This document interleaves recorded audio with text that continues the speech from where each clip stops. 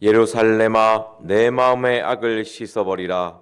그리하면 구원을 얻으리니 내 악한 생각이 내 속에 얼마나 오래 머물겠느냐. 사랑의 하나님, 오늘 하루의 삶을 살아갈 때에 부정적인 생각에 마음 뺏기지 않게 하여 주시옵시고, 늘 마음에 하나님의 말씀을 마음에 두고 하나님의 뜻을 생각하며 선한 삶을 살 수 있도록 인도하여 주시옵소서. 부정적인 생각에 붙잡혀서 하루 종일 기분 나쁘게 살아가는 것이 아니라 하나님의 말씀 가운데, 은혜 가운데 기쁘고 즐거운 삶을 살 수 있도록 축복하여 주시옵소서. 감사드리며 예수님의 이름으로 기도드렸습니다. 아멘. 다 같이 사도신경으로 신앙 고백 드리겠습니다. 전능하사 천지를 만드신 하나님 아버지를 내가 믿사오며 그 외의 아들 우리 주 예수 그리스도를 믿사오니 이는 성령으로 잉태하사 동정녀 마리아에게 나시고 본디오 빌라도에게 고난을 받으사 십자가에 못 박혀 죽으시고 장사한 지 사흘 만에 죽은 자 가운데서 다시 살아나시며 하늘에 오르사 전능하신 하나님 우편에 앉아 계시다가 저리로서 산자와 죽은 자를 심판하러 오시리라. 성령을 믿사오며 거룩한 공회와 성도가 서로 교통하는 것과 죄를 사하여 주시는 것과 몸이 다시 사는 것과 영원히 사는 것을 믿사옵나이다. 아멘. 오늘 우리에게 주시는 하나님의 말씀은 잠언 6장 16절에서 19절 말씀입니다. 구약 성경 916페이지입니다.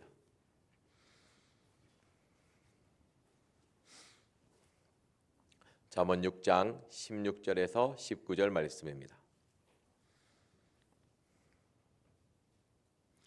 다 같이 한 목소리로 읽도록 하겠습니다. 시작. 여호와의 미워하시는 것 곧 그 마음에 싫어하는 것이 육칠가지니 곧 교만한 눈과 거짓된 혀와 무죄한 자의 피를 흘리는 손과 악한 계교를 꾀하는 마음과 빨리 악으로 달려가는 발과 거짓을 말하는 망령된 증인과 및 형제 사이를 이간하는 자니라. 아멘. 오늘은 악한 계교를 꾀하는 마음입니다. 사람은 죄를 지을 때 죄를 짓는 형태가 두 가지로 나뉘어집니다. 우발적으로 짓는 죄와 고의로 계획적으로 짓는 죄가 있습니다. 여기서 악한 계교를 꾀한다는 말씀은 악을 계획적으로 짓는 것입니다. 음모를 꾸면서 그 음모를 진행하는 것이죠. 하나님은 그 죄의 결과에 대한 반응도 완전 다릅니다. 그냥 실수로, 그냥 내가 일부러 하려고 한 게 아니고 실수로 짓는 죄와 내가 악을 계획을 세워서 그 계획대로 짓는 죄는 하나님의 대처하는 모습이 완전히 다릅니다. 그것이 이제 나타나는 것이 민수기 15장 27절 말씀입니다. 우리 한번 보도록 하겠습니다.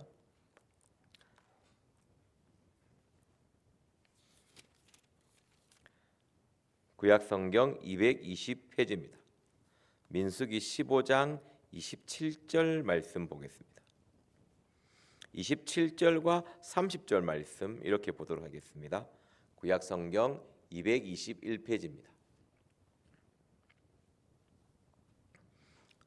다 같이 읽도록 하겠습니다. 시작. 만일 한 사람이 그릇 범죄하거든 1년 된 암년소로 속죄제를 드릴 것이요. 30절. 본토 소생이든지 타국이든지 무릎 진진 무엇을 행하면 여호와를 해방하는 자니 그 백성 중에서 끊쳐질 것이라. 아멘. 실수로 그릇 범죄했다는 것이 27절 말씀이 그냥 실수로 부지 중에 죄를 지으면 뭐 크게 문제될 거 없다. 와서 그냥 나한테 속죄제를 드려라. 그러면 내가 죄를 사해 주겠다는 것입니다. 근데 30절 말씀이 무릇 짐진 무엇을 행하면 참 말씀도 어렵죠. 그죠? 그냥 고의로 일부러 계획적으로 죄를 지으면 나는 쉽게 용서할 수 없다. 표현이 되게 강하죠. 나의 백성 중에 끊어버릴 것이다. 똑같은 죄를 지어도요, 실수로 짓는 죄와 계획적으로 짓는 죄가 하나님이 보시는 시각이 이렇게 다르다는 것입니다. 그러면 하나님이 고의로 죄를 지으면 용서 안 해주시냐? 그렇지 않습니다. 그리스도의 보혈로 깨끗이 씻으면 됩니다. 어떤 죄도 용서해 주십니다. 내가 하나님의 십자가의 보혈을 믿고 그 보혈로 죄를 씻는다는 믿음이 있으면 어떤 죄도 씻어주시는 그리스도의 사랑입니다.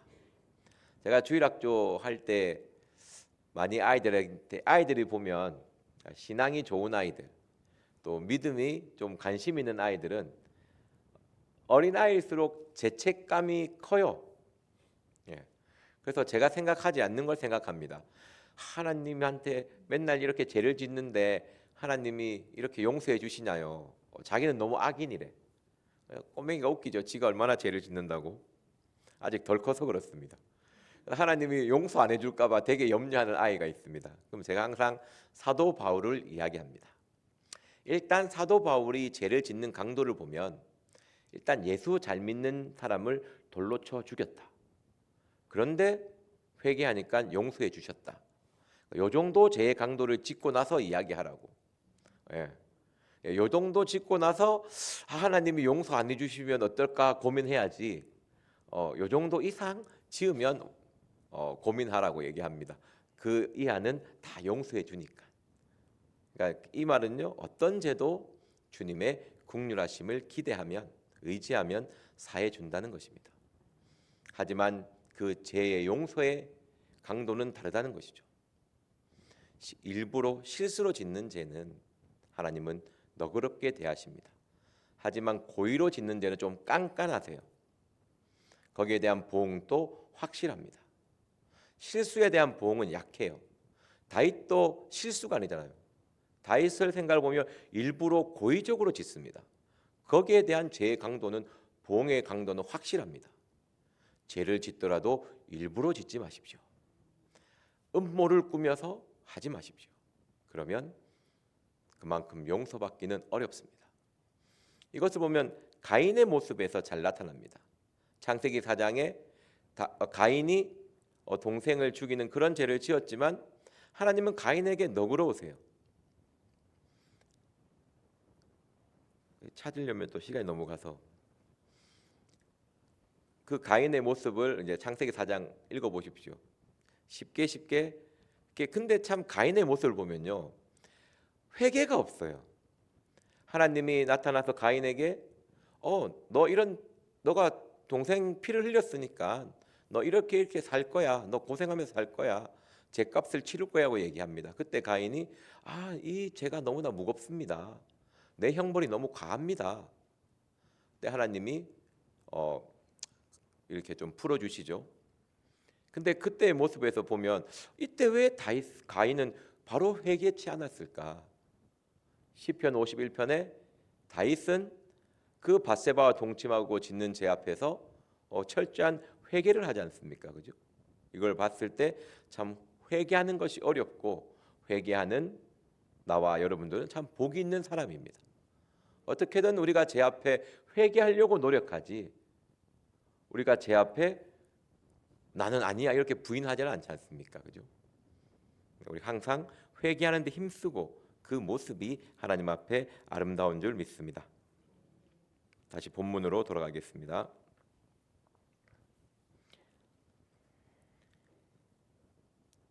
그래서 악한 계교를 깨하는 마음, 음모, 일부러 죄를 지으려고 하는 마음이거든요. 그래서 모든 말씀은 나와 상관이 있습니다.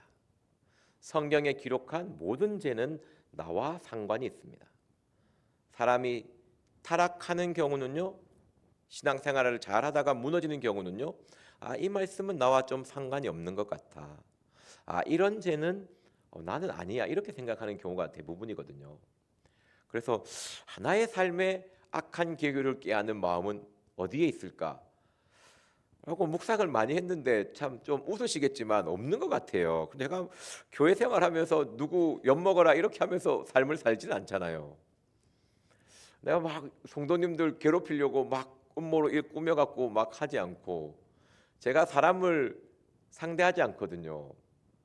많이 이렇게, 아니 사람 그게 아니고, 예, 사람을 막 만나고 밖에 사람을 만나고 그러지도 않거든요. 제가 어떤 날에, 야 나 친구 만나러 갈 때 오니까 갔다 올게 하니까 딸내미가 깜짝 놀래더라고요. 아빠한테 친구가 있냐고. 자기가 아는 친구는 딱 한 사람밖에 없는데, 오 도대체 누구냐면서 혹시 궁금해하더라고요. 그래 네가 아는 그 사람 만나러 간다. 이렇게, 아이고 이렇게 하더라고요. 예. 그만큼 이 그래서 사람과의 만남도 별로 없어가지고 이렇게 악한 계교를 막 깨하고 이런 게 없는데, 그래서 묵상해봤습니다. 이 묵상의 방향을 좀 틀어봤습니다. 그러니까 말씀을 딱 볼 때 제 마음에 딱 왔던 것이, 왜 마음이 네 번째일까?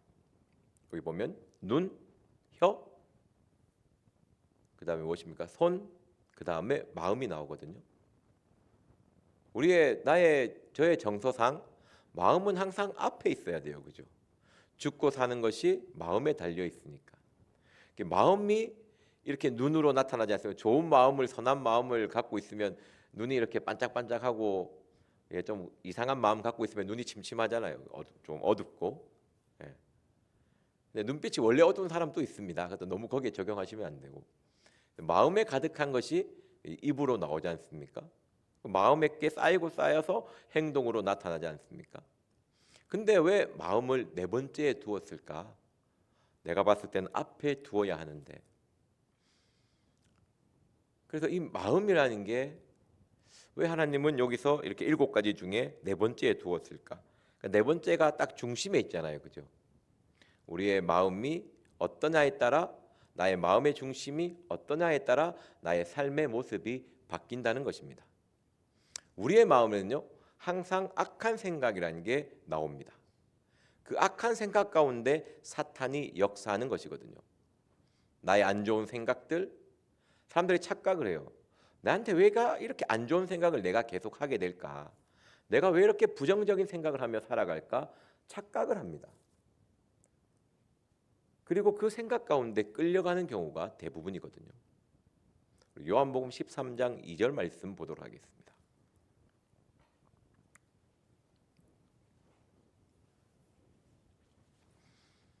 요한복음 13장 2절 말씀입니다. 신약성경 170페이지입니다.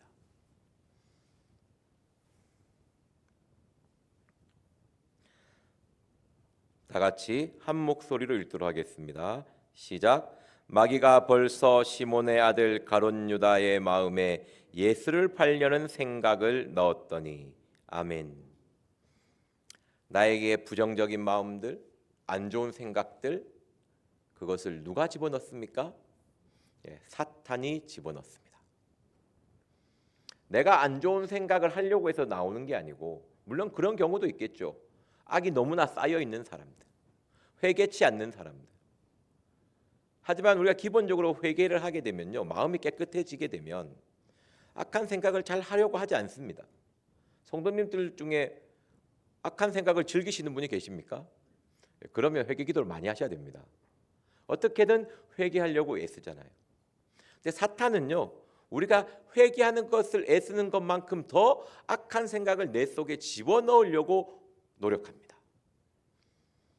그래서 마음이라는 것이, 악한 계교가 안 좋은 것이, 왜 하나님 싫어하시는 이유가, 내 마음의 중심에 무엇이 있느냐, 하나님의 생각이 있느냐, 사탄이 주는 그 생각이 내 마음을 지배하고 있느냐, 이 차이거든요. 우리는 어느 하루의 삶 속에서 아침에 말씀 듣고 좋게 출발하다가 안 좋은 생각이 딱 들어오면 그 생각을 붙잡는 경우가 있어요. 그렇지 않습니까? 저도 그런 경우가 있더라고요. 어느 생각하다가, 삶을 살다가 부정적인 생각이 내 속에 들어오면, 이게 부정적인 생각을 하는 게 재밌습니다. 그죠? 자꾸 뿌리 막 키워가지고 안 좋은 생각을 막 더해가지고 나중에 이 죽일 놈 이렇게 되지 않습니까? 아주 작은 부정적인 생각이 더 막 키워서 더 큰 부정적인 생각으로 끌려갑니다. 나를 계속 그런 쪽으로 끌고 가는 거죠. 그러니까 가룟 유다 예수님의 제자인데 이 사람 또 이 마음에 예수를 팔려는 생각을 넣었을 때 뭐 다른 제자들에겐 안 넣었겠습니까? 반응한 사람은 가룟 유다라는 것이죠. 뭐 12명한테는 사탄이 아무 짓도 안 하고 사탄이 아이고 당신은 하나님의 제자니까 열심히 노력하세요 하고 떨어져 있었겠습니까? 아니요. 끝없이 부정적인 생각, 안 좋은 생각을 집어넣었을 것입니다. 그것에 무너진 사람인 가룟 유다라는 것이죠. 처음에는 작은 부정적인 생각을 넣었겠죠. 예수님의 행동이 왜 저럴까? 이때 좀 이렇게 해야 되지 않을까? 이 돈 왜 예수님이 이 돈을 가지고 이렇게 하라 하지? 이렇게 하면 더 좋지 않나? 예수님이 부자한테 좀 좋은 말 해갖고 현금을 많이 걷어갖고 가난한 사람 도와주면 좋은 거 아니야? 이런 부정적인 생각을 집어넣는 거죠, 계속. 근데 그때 사탄아 떠나가라 하면서 기도하면서 마음을 깨끗이 하면 되는데 그 생각에 계속 끌려가니까 나중에 어떤 생각이 마음에 자리 잡습니까? 예수를 팔려는 생각이 내 마음에 자리 잡는 것입니다. 저의 삶을 돌이켜봐도 그렇더라고요. 작은 부정적인 생각에 그 생각에 빠져들지 않으면 되는데 항상 들어옵니다. 그거를 부인하시면 안 돼요. 사탄은 안 좋은 생각을 계속 내 속에 집어넣기 때문에 그 생각을 계속 회개해야 됩니다. 그래서 예레미야 4장 14절 말씀에 예루살렘아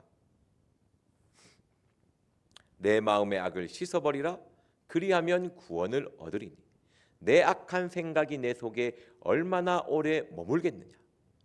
빨리 없애버리라는 것이죠. 그 악한 생각에 끌려가지 말고. 저의 악한 계교를 꾀하는 마음 다른 것이 아닙니다. 저의 삶에서는 부정적인 생각이 들어왔을 때 그 생각에 붙잡혀서 그것을 계속 키워가는 것. 그것에 사로잡히면 어떻습니까? 나의 삶의 반응이 짜증이 나올 수밖에 없습니다. 왜? 부정적인 마음이 가득하니까 내 마음을 내가 컨트롤할 수 없는 것이죠. 화를 내게 되고 안 좋은 눈빛이 나오게 되고 부정적인 몸짓을 하게 되어 있는 것입니다. 그래서 안 좋은 생각이 들어왔을 때 빨리 회개하십시오. 그러면 이것에 대한 대응 방법이 무엇인가? 그러면 계속 그 부정적인 생각에 계속 시달리면서 하루 계속 그 힘들고 어렵게 살아야겠느냐? 그것이 아닙니다. 우리 고린도후서 13장 5절 말씀 보도록 하겠습니다.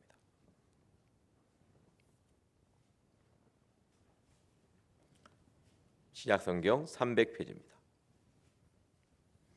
고린도후서 13장 5절 말씀입니다.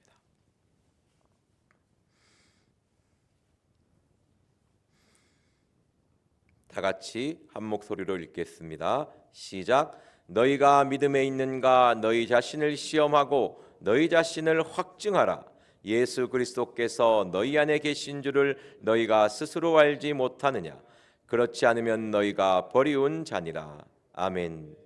이 악한 계교를 깨하는 마음은요, 내 마음의 주인이 예수 그리스도가 아니고 사탄이 되어 있다는 것입니다. 그 생각에 조종당하고 그 생각에 이끌려가는 것이죠. 그러면 우리의 마음에 누가 주인 되어 있어야 됩니까? 예수 그리스도가 주인 되어 있어야 됩니다. 그 말씀을 표현한 게 우리 8절 말씀입니다. 다 같이 한 목소리로 읽겠습니다. 시작. 우리는 진리를 거스려 아무것도 할 수 없고 오직 진리를 위할 뿐이니. 아멘. 예수 그리스도를 내 마음의 주인으로 모신다는 것은요, 내 마음에 하나님의 말씀이 살아 역사하는 것입니다. 하나님의 내 생각 내 이론이 아니라 하나님의 생각 뜻이 들어와서 그 생각에 따라 그리스도인의 삶으로 나타나는 것이죠. 예수 그리스도의 성품이 나의 삶으로 드러나는 것입니다. 그렇기 때문에 여러분들의 삶은요, 항상 끝없이 하나님의 말씀을 생각하는, 묵상하는 삶이 되어져 있어야 됩니다. 하나님의 말씀을 생각하지 않으면요, 어느 순간 사탄이 주는 그 악한 생각에 끌려가게 되어 있습니다. 항상 하나님의 말씀을 기억하고 생각하십시오. 부정적인 생각이 나올 때 그 생각에 끌려가지 말고 나의 시선을 하나님 말씀 앞에 두십시오. 교만한 눈은요, 말씀을 하나님께 두지 않고 그 부정적인 생각에 나의 눈을 두는 것입니다. 겸손한 눈은 하나님의 말씀을 내 마음에 두는 것이죠. 악한 교교를 깨하는 마음, 그것은 하나님의 말씀을 묵상하며 그 말씀에 중심되는 삶을 살지 않을 때에 나타나는 모습입니다. 그 삶 때문에 하나님의 말씀을 묵상하는 그 행동을 하지 않는 게 아니고 하나님의 말씀을 묵상하지 않기 때문에 악한 계교를 깨하는 마음으로 내 마음이 바뀐다는 것을 기억하십시오. 내가 부정적인 생각에 나가 계속 그것에 빠져들며 그것 가운데 나를 계속 괴롭게 하는 거잖아요. 부정적인 생각을 하면서 너무 즐겁고 좋은 사람이 있습니까? 그렇지 않지 않습니까? 너무도 힘들고 짜증나지만 그 생각에 끌려가는 이유는요, 내 마음에 하나님의 말씀을 묵상하고 있지 않기 때문입니다.